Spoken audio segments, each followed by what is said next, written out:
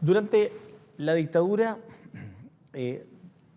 cuando nosotros trabajábamos cotidianamente, todos los días, recibíamos nuevos casos de personas secuestradas y desaparecidas, de personas torturadas, de personas recluidas en campos de concentración, de personas sometidas a procesos militares, o sea, lo que puede significar eso, sometidas a consejos de guerra, y un sinnúmero de situaciones. Y eso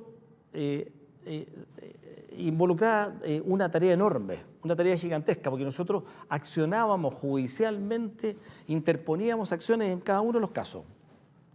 Y eso significó, en ese periodo, que no tuvimos el tiempo suficiente para dedicarnos a perseguir las violaciones humanas, las violaciones de derechos humanos consistentes en la tortura. Porque quien había sido liberado ya, o quien había llegado a un campo de concentración, o a una cárcel, o expulsado del país, o obligado a vivir en un territorio lejano del país, y nos relataba que había sido torturado, la verdad es que no teníamos la capacidad para asumir y perseguir las acciones por la tortura. Por último, se trataba de una persona que ya estaba relativamente, estaba viva, estaba entera y estaba relativamente asegurada su vida futura, en el sentido de que estaba en un recinto público ya conocido. Mientras tanto, teníamos mucha gente que estaba desapareciendo, mucha gente en otras circunstancias. Entonces, la tortura no fue un tema, fue más bien un tema muy denunciado, pero no fue un tema, como lo fue en paralelo las otras violaciones de los derechos humanos, objeto de acciones judiciales. Pero transcurrió un tiempo, ya durante el tercer gobierno posterior a la dictadura, el tercer gobierno democrático posterior a la dictadura, específicamente en el gobierno de Ricardo Lagos, se creó por una comisión especial sobre prisión política y tortura, con el objeto de recibir los testimonios, recoger los testimonios a lo largo de todo el país de quienes habían sido torturados y estudiar compensaciones respecto de ello.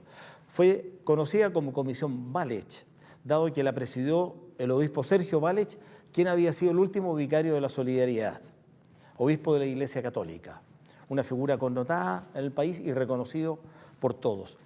Se nombró una comisión y a mí me tocó ser uno de los 9 miembros de la comisión. En esa comisión habíamos 2 comisionados que habíamos padecido la tortura.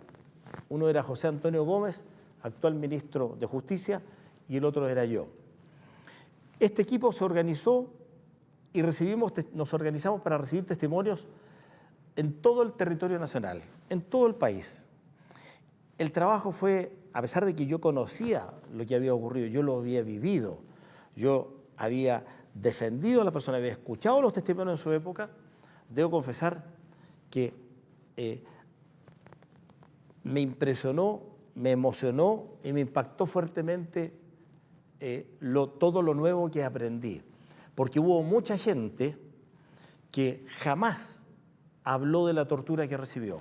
Yo, por ejemplo, jamás me he referido a la tortura, salvo a lo mejor los últimos 2 años. Nunca antes hablé de mi tortura personal. Por eso entiendo y tuve la oportunidad de ver a lo largo de todo Chile, en todo el territorio nacional, casos realmente de gente que uno lo ve cuando se sienta con uno, es un hombre fuerte, un hombre activo, pero cuando describe la tortura, realmente se produce un quiebre muy fuerte y muy poderoso.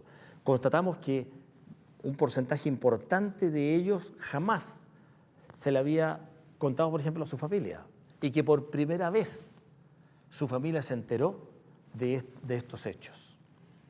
Esa comisión fue muy importante, calificó en definitiva como torturados a un total de 33.000 personas y de allí surgieron medidas de reparación a esas personas y a sus familiares.